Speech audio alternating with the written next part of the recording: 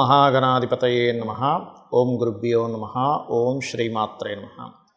పరమేశ్వర స్వరూపమైనటువంటి జ్యోతిష, వాస్తు మరియు ఇతర అనేకమైనటువంటి శాస్త్రములను మనకు అందించినటువంటి మహర్షులకి నమస్కారం. హయగ్రీవ హయగ్రీవ హయగ్రీవేతి యో వదేత్తస్య నిస్సరతే వాణీ జన్హుకన్యా ప్రవాహవత్. అరుణాం కరుణాతరంగితాక్షీం ధృతపాశాంకుశపుష్పబాణచాపాం అనిమాదిభిరావృతాం మయూకైః అహమిత్యేవ విభావయే భవానీం. శ్రీమాత్రే నమః. ప్రేక్షకులకి ఆ లలితాంబిక అమ్మవారి యొక్క అనుగ్రహం పరిపూర్ణంగా కలగాలని మనస్ఫూర్తిగా కోరుకుంటూ నేను మీకు ఈరోజు చెప్పుకోబోయేటువంటి టాపిక్ ఏమిటి అంటే, మనం చూడండి, మన లైఫ్లో ఎవరితోనైనా ఒకరితో మనకు రుణం ఉంటుంది. అంటే ఎలాగా అంటే, తండ్రితో ఉంటుంది ఒక్కోసారి తల్లితో, ఒక్కోసారి అన్నదమ్ములతో, ఒక్కోసారి వ్యాపార భాగస్వాములతో, లేనట్లయితే జీవిత భాగస్వామితో. ఇవన్నీ మన జాతకంలో ఉండే గ్రహాన్ని బట్టి మనం చెప్పొచ్చు. మీరు వీళ్ళకి రుణపడి ఉన్నారు, అందుకే మీరు వీళ్ళకి సేవ చేస్తున్నారు, లేదా వీళ్ళకి మీరు ఖర్చు పెడుతున్నారు అనేటువంటిది. మరి ఒక జాతకుడు ఎవరితో ఎక్కువ రుణం ఉన్నాడు, దాన్ని ఎలా క్లియర్ చేసుకోవాలి, నవగ్రహాల ద్వారా ఎలా గుర్తించాలి, అదేవిధంగా జాతకమే లేనప్పుడు తీసుకోవాల్సిన జాగ్రత్తలు ఏమిటి, వాటిని ఆ యొక్క ప్రభావాన్ని తగ్గించుకోవడం ఎలాగా అనేటువంటిది దానం రూపంలోని, మంత్రం రూపంలోని, అదేవిధంగా చేసే యాక్టివిటీ రూపంలోని, తీసుకునే ఫుడ్ రూపంలోని ఎలా చేయాలి అనేటువంటి విషయం ఇప్పుడు మనం తెలుసుకుందాం. ఇక కొంతమందికి బంధువర్గం ద్వారా వస్తూ ఉంటుంది.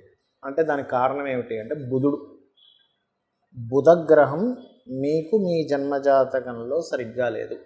అలాంటప్పుడు ఏమవుతుంటుందంటే, మీరు బంధువర్గం అందరికీ మీరు సహాయపడుతూ ఉంటారు, కానీ బంధువర్గంలో ఒక్కరి నుంచి కూడా మీకు సహాయం రాదు.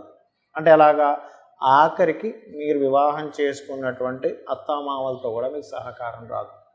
అసలు అర్థం కాదు, ఏమిటిది, ఎవరితో నాకు సహకారం రావట్లేదు. అందరి బంధువులకి నేను వెళ్ళి సేవ చేస్తున్నాను, వాళ్ళకి ఏదైనా కావాలంటే నేను పరిగెడుతున్నాను, కానీ వాళ్ళ దగ్గర నుంచి ఒకటి కూడా ఎందుకు రావట్లేదు అంటే, బికాజ్ ఆఫ్ మీ యొక్క బుధుడు, మీ యొక్క 6th లార్డ్ లేదా 3rd లార్డ్ లేదా 5th లార్డ్, ఇట్లా కొన్ని కాంబినేషన్స్ ఉంటాయి. అలా మీకు ఎక్కడో స్పాయిల్ అయింది. ఇది బాగా అర్థం చేసుకోండి. అంటే బంధువులకి కొంతమంది చూడండి, వాళ్ళు ఏమీ చేయరు బంధువర్గంలో, కానీ వాళ్ళకి అందరూ వెళ్ళిపోయి సపోర్ట్ చేస్తూ ఉంటారు. అంటే ఏమిటి, వాళ్ళకి బుధుడు బాగున్నాడు. బుధుడు బంధువులకు కారకుడు, దాయాదులకు కారకుడు.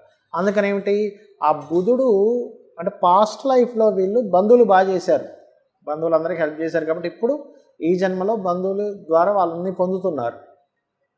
మీరు పొందుతున్నారంటే మీ బుధుడు బాగున్నాడు, బాగా అర్థం చేసుకోండి. మీరు పొందట్లేదు అంటే బుధుడు పాడయ్యాడు. సింపుల్ లాజిక్ ఇక్కడ.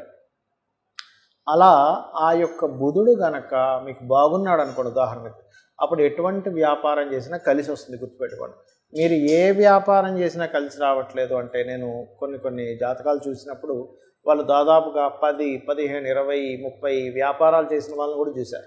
ఓ వ్యాపారం పెట్టడం, అతనికి 50-60 సంవత్సరాలు ఉన్నాయనుకోండి, అతను 20వ ఏట నుంచి 25 ఏళ్ళ నుంచి కూడా ఓ వ్యాపారం పెట్టడం, సంవత్సరం నడిపించడం, అమ్మో ఇది నాకు కలిసి రావట్లేదని తీసేయడం, ఇంకో వ్యాపారం పెట్టడం, అలా అలా అలా అలా పెట్టి అప్పుల పాలు ఎక్కువ అవుతూ ఉంటారు. బుధుడు పాడయ్యాడు ఎవరి జన్మ జాతకంలో అంటే రుణగ్రస్తులు అవుతారు. మరి దీనికి ఏమిటండి, ఏం చేయాలి?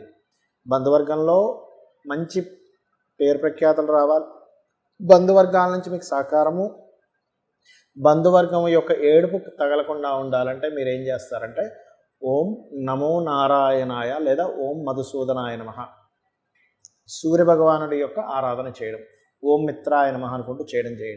రెండవది, అప్పులు ఎక్కువగా ఉన్నాయండి అని అనుకున్నప్పుడు ఓం అపర్ణాయై నమః అనే నామస్మరణ చేయండి.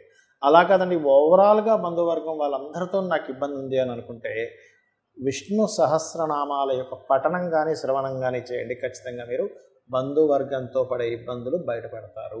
మరి చాలామందికి వాళ్ళ జన్మజాతకం ఉండదు, వాళ్ళకి ఏ గ్రహం రుణ సంబంధమైన దాంట్లో పడింది అంటే, కొంతమందికి జాతకం తెలియనప్పుడు తండ్రితోనా, తల్లితోనా, అన్నదమ్ములతోనా, లేదా బంధువర్గంతోనా అనేది వాళ్ళు చూడలేం. అలాంటప్పుడు ఏం చేయాలి అంటే, మీ లైఫ్లో తెలుస్తూ ఉంటుంది, నేను అన్నదమ్ములు నా ద్వారా ఎక్కువ లబ్ధి పొందుతున్నారు, నేనే ఎక్కువగా సహాయపడగలుగుతున్నాను. లేకపోతే కొన్ని సందర్భాల్లో ఏమవుతుంటుందంటే, జీవిత భాగస్వామి, అది పురుషుడు కావచ్చు, స్త్రీ కావచ్చు, లేదా ఒక్కోసారి పిల్లలకి, కొంతమంది చూడండి, వీళ్ళు ఆల్రెడీ జాబులు చేసి వీళ్ళు రిటైర్ అయిపోతుంటారు, కానీ పిల్లలు ఇంకా తొందరగా సెటిల్ అవ్వకుండా పిల్లలకి ఏదో ఒకటి చేయాల్సి వస్తూ ఉంటుంది. వీళ్ళు అంటే వాళ్ళు జాబ్స్ చేస్తున్నా వాళ్ళ శాలరీస్ సరిపోక ఇతను పెన్షన్ నుంచి డబ్బులు ఇవ్వడం, ఇతను ఏదైనా ఓవర్ టైం చేస్తూ మళ్ళీ వాళ్ళకి డబ్బులు ఇవ్వడం, ఇట్లాంటివన్నీ జరుగుతూ ఉంటాయి. ఇక్కడ మీరు అర్థం చేసుకోవాల్సింది ఏంటంటే ఎటువంటి రుణమున్నా మీకు అది పూర్తిగా తొలగాలి అంటే ఒక చిన్న రెమెడీ చెప్తాను ఇక్కడ. ఏమిటది అంటే మీకు తెలియదు అసలు ఎటువంటిది ఉందో, కాకపోతే సిమ్టమ్స్ మీకు అర్థమవుతుంటాయి. తమ్ముడికి ఎక్కువగా మనం చేస్తున్నాము అంటే కుజుడు పాడై ఉంటాడు, లేదా థర్డ్ హౌస్ పాడై ఉంటుంది. తండ్రికి ఎక్కువగా చేస్తున్నామంటే లగ్నం పాడై ఉంటుంది, లేదా సన్ పాడై ఉంటాడు, లేదా 9వ స్థానాధిపతి పాడై ఉంటాడు. మెయిన్గా 9th లార్డ్, అంటే 9th లార్డ్ ఎక్కడ రుణ సంబంధించిన దాంట్లో పడ్డాడు. జీవిత భాగస్వామికి లేదా పార్ట్నర్స్కి మీరు ఎక్కువ ఉపయోగపడుతున్నారు, పార్ట్నర్స్ మీకు ఎక్కువ ఉపయోగపడట్లేదంటే 7th హౌస్ ఆర్ శుక్రుడు కుజుడు మీ ఇక్కడ కనెక్టివిటీ వచ్చింది.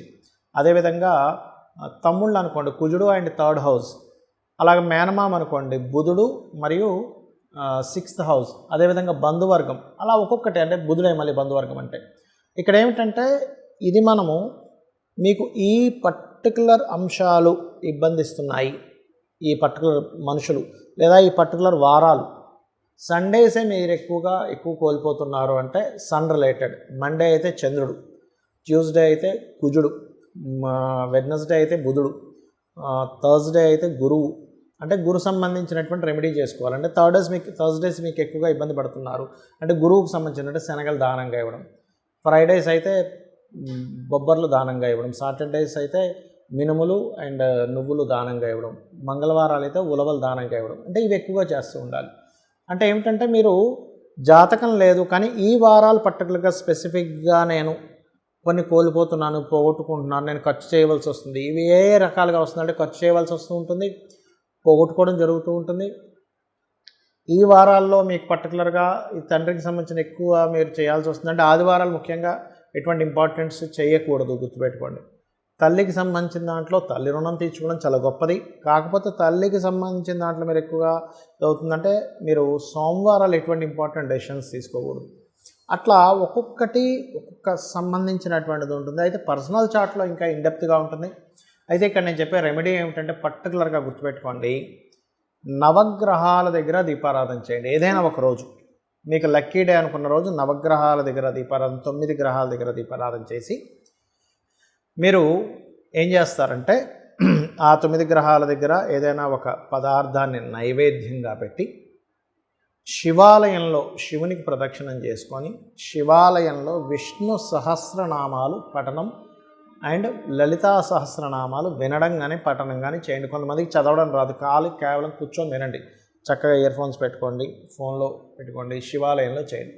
ఇది సోమవారాలు కానీ బుధవారాలు కానీ గురువారాలు కానీ చేయండి. ఇలా కనుక చేస్తూ ఉంటే ఏమవుతుందంటే మీ యొక్క రుణ సంబంధించిన కర్మ ఒకటి తొలగిపోతుంది. ఇది గుర్తుపెట్టుకోండి. ఇక రెండవది ఏమిటంటే మీరు పర్టికులర్గా బుధవారాలు గుర్తుపెట్టుకోండి. బుధవారాలు విష్ణు సహస్రనామం చిన్న పుస్తకాలు ఉంటాయి, వాటిని ఎవరికైనా పంచడం కానీ కనీసం ఒక్క శ్లోకం గురించి అయినా సరే ఎవరికైనా చెప్పడం కానీ చేస్తూ ఉండండి. ఇంకోటి ఏంటంటే ఇలా రుణ సంబంధించిన ఉన్నటువంటి వారు పర్టికులర్గా ఓం మధుసూదనాయ నమః. ఎందుకంటే వీళ్ళు ఈ రుణం ఉండడం వల్ల ఆ పెయిన్ ఉంటుంది వీళ్ళకి, అబ్బా ఎప్పటికీ నేనే వీళ్ళకి ఇదవుతున్నాను అంటే అది ఏమైపోతుందంటే ఎక్కువగా చేస్తున్నప్పుడు అరే ఏమిటి నేను ఎంత చేస్తున్నా సరే వీళ్ళ నుంచి నాకు రికగ్నైజేషన్ లేదు అంటే ఏమవుతుందంటే రుణపడ్డప్పుడు ఏమవుతుందంటే మీరు ఏదైతే వాళ్ళకి సేవ చేస్తుంటారో, మీరు ఏదైతే సపోర్ట్ చేస్తుంటారో అది గుర్తింపు కింద కూడా రాదు. ఊరికి చేస్తూ ఉంటారు, అది గుర్తింపు కిందకి రావాలని రూల్ లేదు. అక్కడ పెయిన్ ఏర్పడుతూ ఉంటుంది. అది మీకు పోవాలి అంటే ఓం మధుసూదనాయ నమః అనేటువంటి చేయండి. అన్ని విధాలా మీకు బాగుంటుంది.